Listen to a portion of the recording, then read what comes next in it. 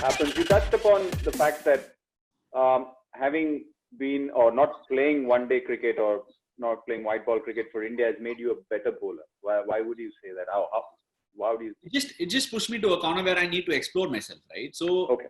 it just said, okay, you're not there. I mean, I don't want to get into. There are a lot of things that you can shed light on and say, hey, this was not right. This was not right. I can feel cussed about it, but there's no point. I don't have time for that. So I said, okay, look, there is a competition like the IPL that's in front of me. There are so many tournaments that Tamil Nadu plays in Vijay Hazare, T20. Even this year, I went and played the final with so much passion. When I dismissed KL Rahul and Mayank Agarwal in the Syed Mushtaq Ali final, I felt like I was on top, right? I was playing for India. I was playing against some team and dismissed some of the... I felt like I was playing for India. A full house, KL Rahul and Mayank, some of the top batsmen in form at this point of time. I could dismiss them in the power play. Hell, I just told myself, you know what? It doesn't really matter because selection is not in your hand, but you're still capable of dismissing people. You know, that's the kind of thing I look about. And even recently I said, it's not about where I play. It's about who I play for and the occasion that matters to me, right? I'm playing the game and actually matching up to people. Let's say taking on the big giants. Let's say if you put me against an AB de Villiers tomorrow, it's not an India-South Africa game. I'll still be excited, even if it's in the nets. Okay. Ash, we always know that you keep talking about your variations, and we know the number of variations you have. Every spinner has a basic grip, but it's always tough sometimes when you try the variations to change and load up, and all that is so different. Can you show us, since you've got a ball in your hand? Bajji, obviously you remember as a person growing up and playing alongside him, such a different off-spinner's grip to the conventional. Are you a conventional off-spinner's grip? Okay, show me your grip. I'll tell you. For me, they talk about the two fingers. I mean, when they talk about leg spin, they say 2 fingers down, 2 fingers up. For me, the index finger and the middle finger goes like that. I hardly leave much space here. If I'm looking to spin the ball more, I try and grip it further inside and try and make sort of 2 V's. This also goes. A lot of off spinners hold it like this. Correct. I try and bend it sometimes, depending on how much I want to spin the ball. And when I do that, I don't use my thumb, but sometimes I use my thumb on the ball with the top half lifted. Sometimes I push it down if I want to push it with my thumb. I tend to push it with my thumb a lot of times. So basically my off-spin grip in itself has a couple of variations here and there. And then I push it to the top and make sure there is a gap here. When I do that, there is deception in the air. The ball actually drops a little faster than it usually does. And I then use this part of the wrist to actually push the ball with the same grip so that it's slower than my usual undercutter, but it's still, quicker than my regulation off-spin. So all this you do when you load up, is it you decide when you want to or how much you want to, the way you want to grip, or is it at the time of release that you want to change it up? Some of the things are at the time of the release. For example, the usage of my wrist and my thumb comes at the point of release. Like for example, if I want to spin over the top and if I have to clench my index finger further, I do it at loading. Because the carrom ball sometimes people can pick with the grip, but with respect to off spin, that's where the subtleties come from, and that's why I think I pick up a lot of wickets, because my off spin in itself, because of the strength of the fingers that I possess and the kind of number of revolutions I put on the ball, I think there is so much difference in the way I grip the ball compared to a lot of other offies. A lot of offies tend to get a con here. I have like a bend over here, but I have the con on the other finger. Because of how I have a bend over here, but I always used to get a cut over here as well, apart from the cornea. Since retirement, everything's become it's like a pedicured hand right now. But see, this is one thing which again wanted to speak about. You've got big, huge fingers. You think about all the off spinners. Monty Panesar had big fingers. Lance Gibbs had big fingers, and big fingers to bowl a carrom ball is one of the toughest things. I've realized, trying my level best in my fag end of my career, that I didn't have the strength. Although I had enough strength to bowl the normal delivery, but to bowl the carrom ball, whatever my action was terrible, to bowl that, how have you managed to do it? It's like it zips through. How do you have so much strength in that middle finger or wherever? It's just unbelievable. As we are talking, the ball slipped through, but it's okay. As we are talking right now, I'm just trying to bowl a different variation of a carrom ball. For me, as a spinner, there are more disappointments in your career than actually high points, right? I'm sure Correct. you're aware of it because you have Correct. sometimes you have like long, hard, laborious days for no returns, and then Correct. pretty often than not, you're always under the mercy of somebody else deciding your fate. So 100%. there is so much that you go through as disappointment in your life, that even acquiring skills become a disappointment for me. In the sense, for me to bowl the carrom ball on the spot, like how I used to bowl it with a tennis ball, took me 4 long years. Because I used to bowl it at will with a cricket ball. And every single day I will tell myself in all those 4 years that today I will get it. Today I will get it. Today I will get it. But when I come back, I will come back with that utmost disappointed face, and my mind, it will never go to sleep. I'll just keep telling myself, why the hell can't you do it? I'll just put the cricket ball away and then bowl with the tennis ball again and say, come on, man, it's got to be better. So I'll try and change my wrist position. Every day I used to change something, try something different. And eventually I found the answer 3.5 years later. And once I found the answer, I told myself, you've been so dumb. You couldn't find this out for so long. So this is pretty much the route that I took every time I wanted to try something.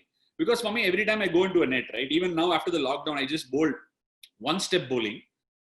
And as I was bowling, my wife was helping me picking up the ball and throwing it back to me. And she said, okay, this is the first time I'm watching your bowling so close. You know, I'm at the receiving end and it's going fast. I always thought spin was, slow. So I said, okay, that's fine. And just, she asked me to bowl a carrom ball and all that sort of stuff. And as I delivered it, she was like, my God, how do you push it so far? How does it go the 22 yards? It doesn't go. Is this how you grip and all that?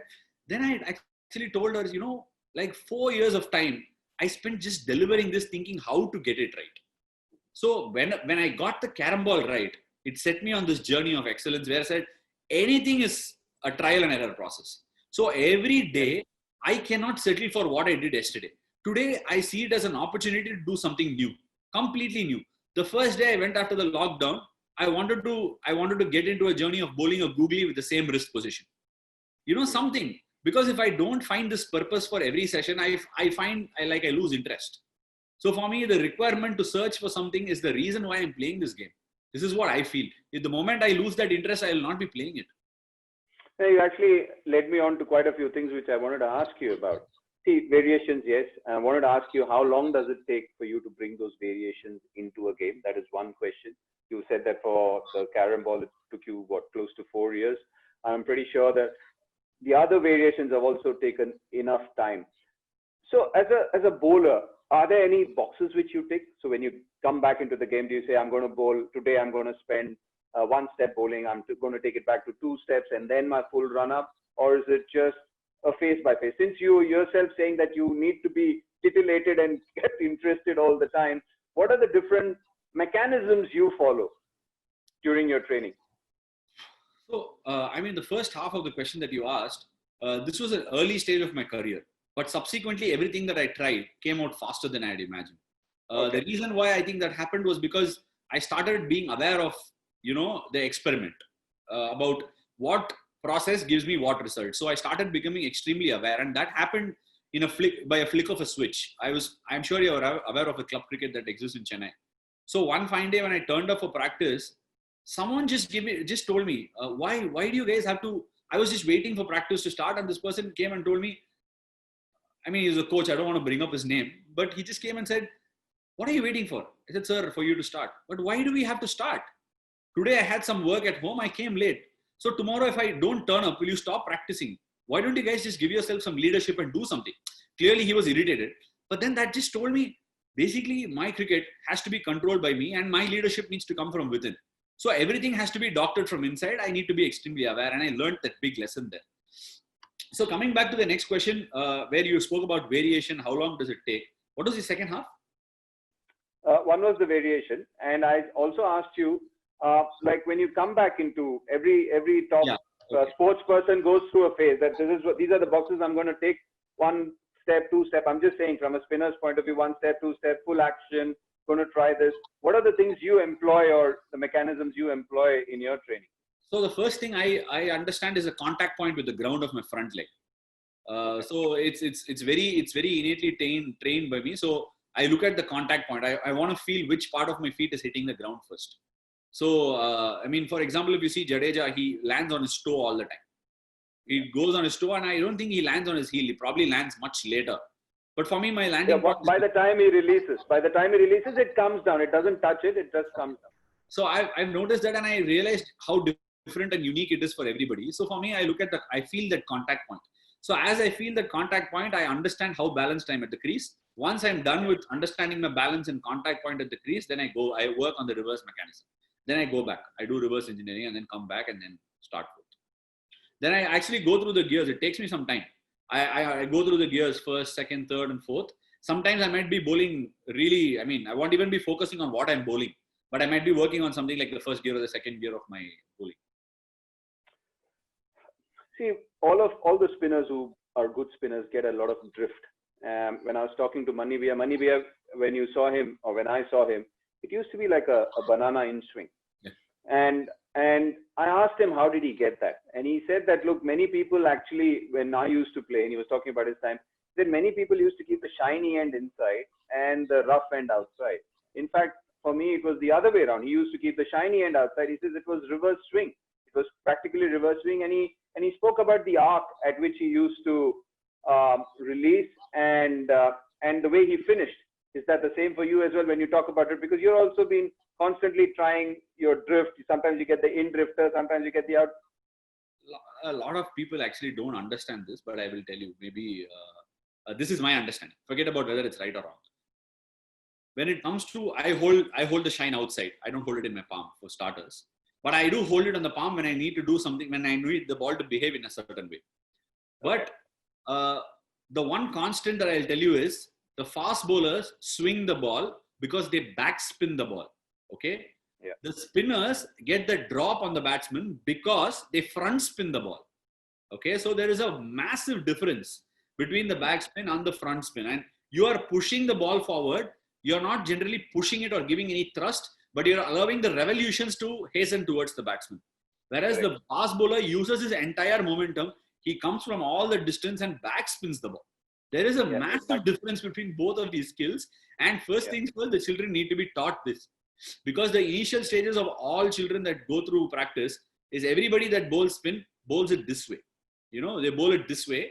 And the split of the finger and the amount of depth that you give on the finger decides what revolutions they put on the ball. So for me, it has always been about the amount of revolutions that you give on the ball that will decide the drift and the drop. So the wrist, a lot of people talk about finger spin, Kartik, but I believe there is nothing called finger spin. If you can't get your wrist aligned, you're not bowling finger spin also. So there is a massive amount of wrist involved even in finger spin, but the extent to which a kid uses it might not be used by a finger spin. 100%. Of course, this is something which, again, we can talk till the cows come home, because to speak to so many people and try and tell them, you see, Bishan Paji used to tell us, he always used to tell us that why we are called finger spinners, because the finger is used more. It's not that the wrist isn't used more. And it's not as if that the wrist spinner is holding the ball here and bowling with his wrist. He is also using his finger and wrist. It's just that the wrist is used a bit more. Ash, what is the reverse carrom? What do you mean by the reverse carrom ball? What happens is the carrom ball comes from the front of the hand. Okay. Okay. It goes like this. But now what I've developed is a lot of people didn't even pick this the last IPL. I was quite surprised. So if I bowl it like this, if you can see these three fingers have come out, no, so you can see it. You push the ball like this and the ball automatically leaves here because my grip is here. Right? Okay. So it automatically starts going this way on the seam. Now, if I put this index finger on, I can actually use this index finger to give it even more revolutions. I can, as I push, I turn it around like this. Okay. As I push, I turn it around. As I push, I turn it around.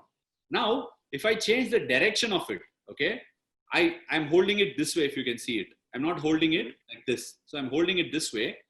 I push it and give direction with this finger towards the fine leg fielder. Okay, so if I push it together in that direction with my wrist cocked, it will swing in. And sometimes it might even pitch and get going the other way. But it's pitching and going the other way is sometimes very difficult because of the kind of pitch you're playing on the other one. The other ball that I developed was actually go underneath this way. So that, not this way. A lot of people bowl backspin like this, but I go this way. Okay. So if I go that way, if I catch it on the seam and don't break the wrist and go it like this, it swings. But if I break the wrist and bowl it, it spins the other way. It goes in the air and spins. But what this does is because of the amount of wrist that I'm using, the ball goes at different pace. And because of the quickness of the arm, people don't pick which side it's coming from. If it's coming from the front or if it's coming from the back. I think the next time I do a Delhi Capitals game or an India game, I'm going to come and stand behind you when you're doing this. Because even with all this, trust me, look, I've done so many games of yours last year, and these are the things I'm watching out for. I didn't pick it. It's like Wasim Akram telling me that he didn't pick Sunil Narayan from behind. How are the batsmen going to pick him from front? So it's that kind of a thing. Look, it's a tough one. See, seriously, for a bowler to constantly conjure up variations, so many variations, you need to be constantly thinking and trying to go ahead. That's exactly what you've always been, ahead of the curve or trying to be ahead of the curve. In a game, obviously things don't go to plan, things go to plan. Who's your constant sound feedback option? Who's the person, who's your soundboard there? Does it change from game to game, or is it just one man? The keeper, the first slip, somebody?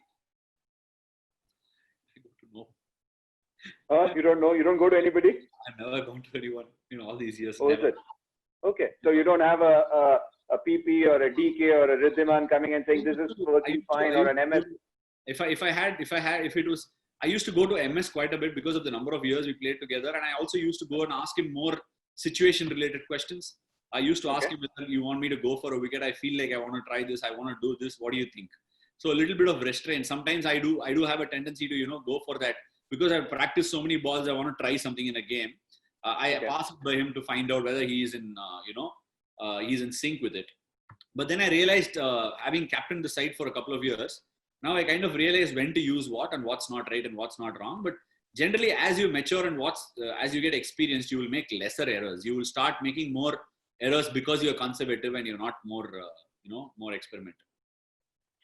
And a question related to it. Again, every pitch is different, and you played world over, and even in India, or the same pitch might behave differently on different days. How quickly do you assess the pace at which you want to bowl on a given day, or the majority of the balls to be bowled on a given day?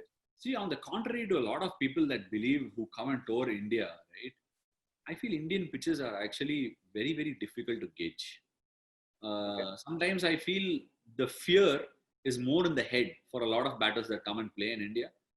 They think today is day 4 and day 5. I've seen some of the pitches abroad disintegrate far more than what it happens in India.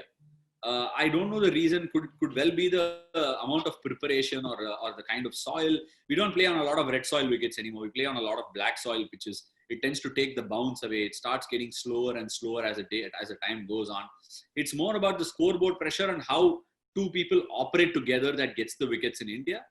But to be able to gauge the pitch, I've often found that the first session of the game, of the day, is always great to bowl. Because there is a bit of rolling and there is a bit of moisture that's gone into the pitch and there is more speed. But as the day goes on, in most of these black soil pitches, it gets easier and easier to bat.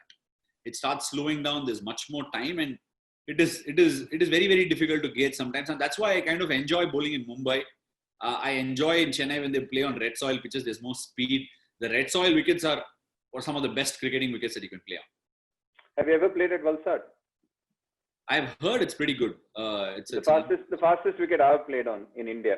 And even on day 1, if you bowl and people who have that bounce, the ball, if the keeper doesn't catch it, it'll go straight to first slip. And at chest level, that's the kind of bounce you have.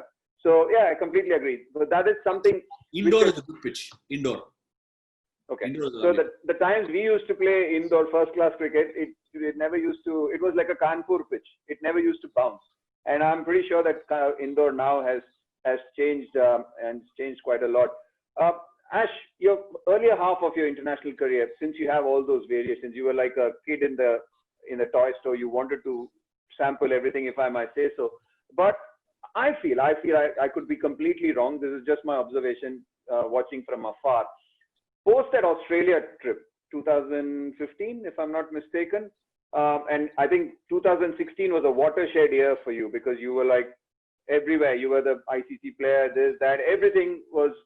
Would you say that you started relying more on your stock delivery? You can correct me if I'm wrong. Would you say that you started bowling more off spinners as you said, that maturity and that trial and error, especially in 4-day format? I'm not talking about a 5-day format. I'm not talking about one-day cricket. I'm talking about red ball cricket. See, what constantly people missed when they spoke about pre-2014, if I may say so, before that South African game in Johannesburg, was I felt a lot of people assumed what I was doing, right? They never gave me the benefit of inexperience, of not knowing exactly how aware I must be of my bowling. That happens for everyone. If you're young, there is that exuberance of youth. You're looking at the result. You don't look much at the process. Why? And I always had this question, why? But I never got enough answers as to how, right? So for me, until about 2014, it was all about learning on the process. But then I realized that my mistakes can be very costly here. So the introspection went even more deeper of saying, why doesn't this happen? And how do I get the answer for a how? Okay, so I started going, like literally watching videos. I used to watch Graham Swan, Harbhajan Singh, all the, possible off spinners available on footage. I in fact used to watch YouTube videos of people who are no ones who make videos on how to bowl a certain ball, how to bowl a carrom ball. So if you go on YouTube and just click on the link, how to bowl a carrom ball, how to bowl a googly, I would have watched it. Just so that I can learn something from somewhere and identify and piece the puzzle for myself when I went out to play again. So post this 2014 tour, when I went to Australia, I had one strategy very clear. I needed to operate at an airspeed which needs to be very different compared to what I use anywhere else in the world. So that was very clear on my head, because the first time I went to Australia, I think I might have picked up 9 wickets. Again, I picked up 9 wickets, but in 3 tests in 2014. That's the only difference. But this time, I had a far better series because I had decided what I needed to do and practiced for it. So the best part about it was I was at one of my fittest best at that. I trained incredibly hard to get where I had to, and it worked out just fine. And everything fell in place because of how focused and how much I had put work into my head and into my skill and subconscious training. It came out nicely, and I never looked back. Ever since 2014, I have been a completely different bowler. And you're entirely right. And that's not because of stock ball or anything like that. It's only because I'm much more aware. And if I want to land a ball in a particular place at a particular length with particular drift and particular spin, I'm in a far better state to be able to achieve that. That's it. Nothing else. In the past also, I've looked to bowl an off spinner and I've landed it fuller. In the past also, I've looked to bowl an off spinner and landed it short. And I'm sure as a bowler, you understand what I'm talking about. And it's entirely the lack of awareness about why something is happening. And you don't have a lot of people giving you the how. No, it's completely true, because what happens is that we have been accustomed to bowling with the SG test, and we bowl with the SG test, and for us ourselves in our country, which is so varied and so huge, the pitch is very differently, and you're constantly trying to figure out the right pace for and the way to bowl. Say Eden Gardens would be so different to a Wankhede, to a Karnail Singh, to a Kanpur. So imagine going abroad for the first time, just because you're playing for India and you've come to Australia, gone to South Africa, gone to New Zealand, you're bowling with a completely different ball, which is a Kookaburra. Kookaburra on Brisbane with a seam which has got no seam after 15 overs. It's a learning process. And this is something which the former cricketers always say, that they were happy that they got so many side games before. So at least you get used to bowling with the ball. Whereas you're expected, because you've been a match winner or you're an India player, you go to Australia, you need to run through. Doesn't happen that way. Ponting came how many times to India? He still averaged only 11, and he was one of the greatest players the world has seen. So people don't give that to the bowlers. You're expected to go somewhere in the very first appearance, to be a magician and possibly bamboozle people. Doesn't work that way. I feel for all the bowlers, but unfortunately that's the way we have always looked at it.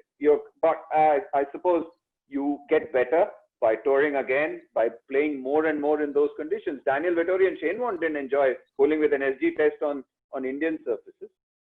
So how do you expect others to go and just conquer the land immediately? In fact, there is a very interesting theory that I have, even with respect to Shane Warne.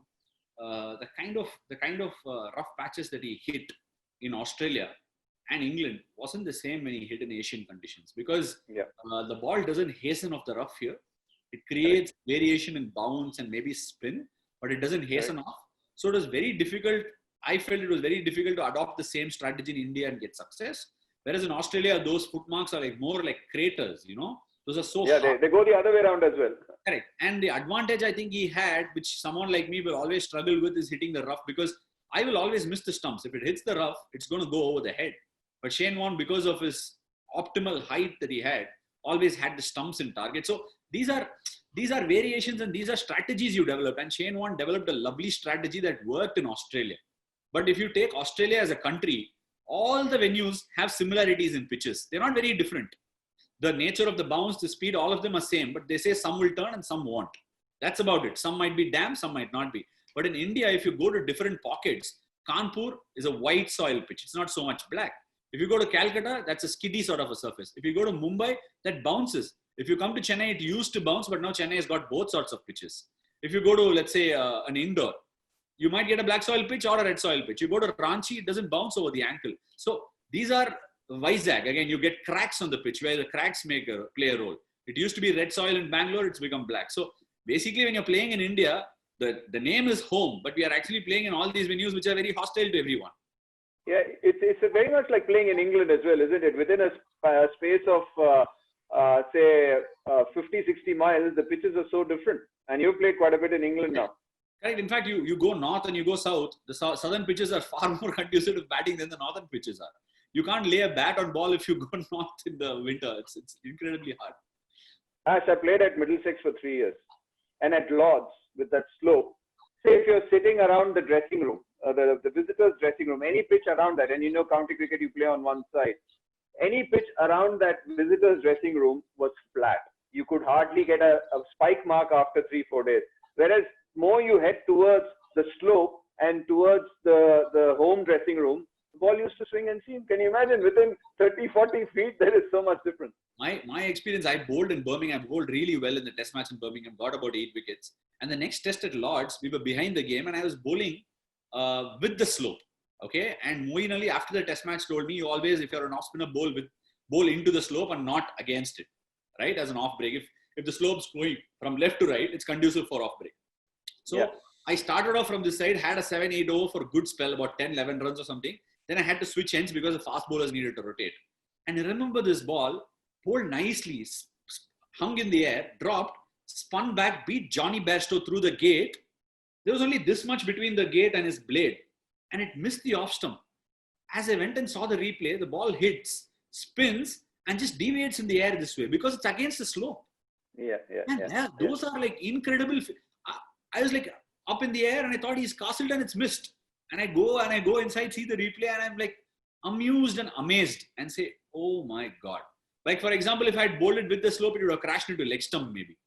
So that's how much, when they talk about traveling abroad and they talk about playing away from home, these are parameters that you can never weigh in unless you play and get the experience of it. When I played at Notts, I realized which pitch spins and which doesn't. The pitches that don't spin, you bowl incredible spells. That breakthrough never comes. You have to bowl and you have to bog away for 2 for 100, 111 or whatever it is. But all you get is going back home for a good night's sleep and say, okay, I did my job. That's it. Yeah, that's a huge thing. That's a huge thing. Is that something which you've always done? So again, from personal experience, obviously, people always, and possibly it was the upbringing as well from Bishan Bedi and coming from a middle class background. The upbringing was always that whether you get 5 wickets, 6 wickets, whatever you've done well, once you go back home and once you look at the mirror, you should be happy with the man on the mirror. Is that something which, since we are South Indians, is that something which you feel as well? I can't live with myself if I had a bad day, Kartik. I can't see the mirror. I can't see myself. For me, it's so all about... Do you equate it with wickets or the way you've bowled? I'm saying I should feel happy that I bowled well. Somewhere down the line, I'm very, very gutted to say this, but that is the truth. If I haven't gotten wickets, I'm just mad at myself. I can't. Okay. I just can't live with it. And even if I've bowled well, and I know I've bowled well, and people give me the confidence saying you bowled well, don't worry, I might end up doing something different because it's not work. This is not work. I need to get wickets, and that's my job. And off late, over the last couple of years, I've got that sense of balance of saying, there can be days like this, because especially when you're bowling away from India a lot, you realize that however well you bowl, the results don't come your way sometimes. And there needs to be a lot of parameters that need to go your way for you to be able to finish with buckets of wickets. The captain needs to give you the ball in all the right possible times. Then the batsmen also need to oblige. You need to get a couple of tailenders out towards the end. And all these things, it might sound like extremely, easy. Tailenders getting out, the captain giving you the ball. All these might sound things that are not under your control, but that's the truth. Do you feel there's an optimum height for a spinner? Have you ever felt that? I think anywhere between 5'9" to about 5'10" or 5'8" is just about the right height. If you exceed 6 feet, I think it has its advantages and disadvantages. For someone like me, I have a smaller upper body and a longer lower body.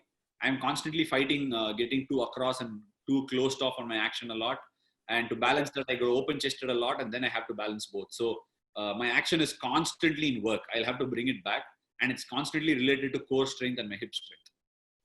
And what do you feel for the guys who are slightly shorter? Say, you must have watched quite a bit of Ramesh Pawar as well. So somebody like that height or possibly slightly taller than him, is that the ideal one you feel? Ramesh Pawar was a poetry in motion. I don't know. I haven't seen Erapalli Prasanna bowl, but I loved Ramesh Pawar, the way he bowled, the shape on the ball. And you know what? I really feel sad that the ball doesn't do the tricks it used to do once upon a time.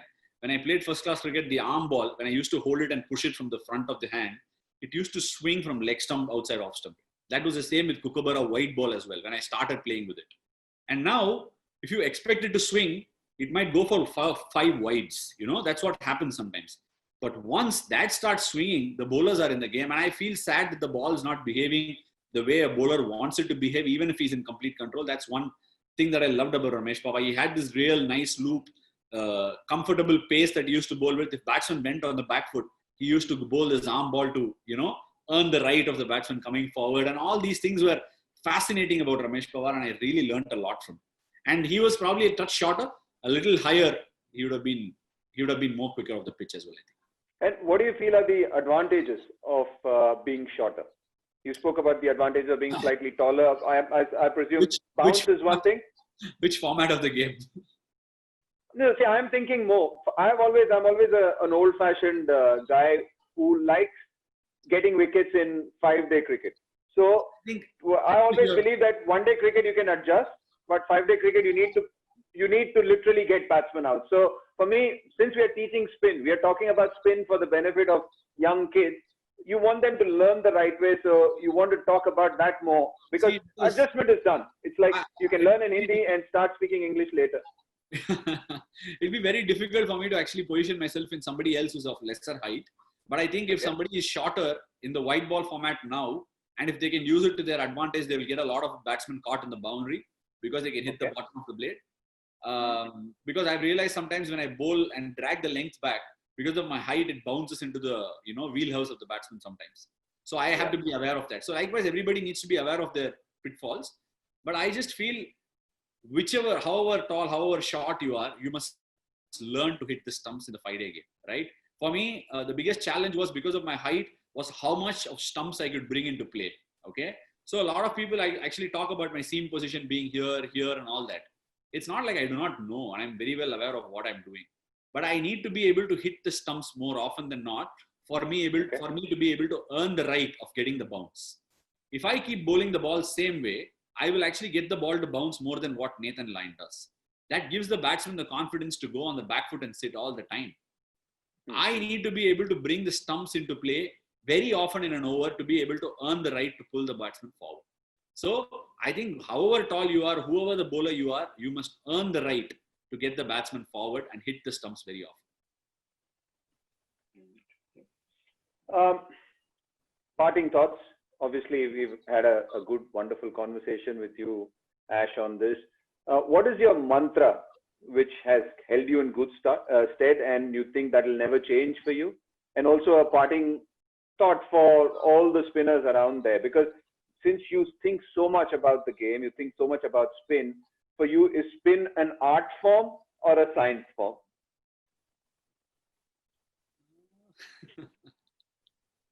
I made you think. I'm glad I made you think. I think it's artistically scientific. It's an art, Kartik, because I think what it does is unless you treat it as an art, the joy goes out of the window. Once the joy goes out of the window, you will never be able to put your mind to work, because this is something I constantly find even with my children, right? I'm father of 2 young children, and whenever they like something, for example, they love dancing, or my elder daughter actually she picks up the bat and the ball very often, right? So when it is about them doing some activity they love, they put their mind to it. And it is very, very similar for everybody, just that we lose the child in ourselves. The biggest gift one can have is to keep their child, childlike activities in them for as long as they can. So I manage to keep myself as childish as I can because I love it. And because I do that, I love the art form of bowling, and I'm able to do much more, innovation with it, scientific innovation, whatever you want to call it, because it is just a brand. As far as I'm concerned, I'm playing with the game with joy as much as possible. No, it's beautifully answered, because see, sometimes the scientist is also creating something, and an artist is also creating something in a very different way. So an art form in a very scientific way is what spin bowling is. Because you look at, I had the benefit of being trained by Vishen Bedi. So even when he was big and he couldn't bowl, I could imagine how brilliant he would have been. And I watched Erapalli Prasanna bowl. It was just magic. It was just, you talk about Ramesh Pawar. I have seen Erapalli Prasanna, even with chappals and in his jeans, literally beat good players of spin, wonderful players of spin like Haldipur and all in the net. It was just easy. It was just beautifully done. So for me, poetry, and that's why I love Test match cricket. For me, one of the reasons why I enjoy red ball cricket is you can see different things at play. In 4 overs cricket, as many variations as you could, as you said, you could bowl the greatest of delivery and some bad hit goes somewhere. And you don't see that in white ball cricket. For me, the entire range of a bowler is at play in Test match cricket. And that's why I love it so much. Like you said, parting thoughts, it just comes to me. When you play red ball cricket, it's all about single-mindedness and ruthless attitude and being completely in tune with a big heart. But when it comes to playing the shorter format of the game, I think it's full of mindfulness and being extremely smart and to an extent well prepared and preemptive. So I think playing the white ball format of the game is more, it's like going to a maths class. Okay, but when you go and actually play the test format of the game, it's like you can treat it as either English or science. It's so fascinating. Like you said spoke about scientists. Every scientist is in NASA or wherever he is doing a research that he believes for not so much money in life, not because of anything else, but because pure joy. How many people get paid for joy, Kartik? Today, most people get paid for something they don't want to do. And that's why they call it work. But I am gifted. I am doing something that I love and I get paid for it. And my family is with it. So I must be extremely happy, and I must be reinventing the wheel rather than saying, you know what, I'm secure. I'll sit on the sofa and enjoy this life. And I will do what I do, and I will repeat it time in and time out and expect success all the time. There is no one way to succeed in life. It always changes.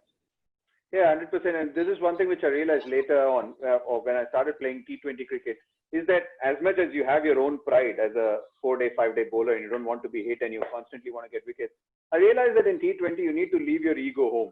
Sometimes it's about being mindful and being conscious. You have to leave your ego in your room or at home. Thanks for speaking. Thanks for being here. Thanks for being on Spin Talks, Ash. Wish you well. Wish you lots more variations. Possibly the next time you should have a pamphlet, booklet that these are my variations. Please look out for them. Thanks for your time, Ash. Cheers.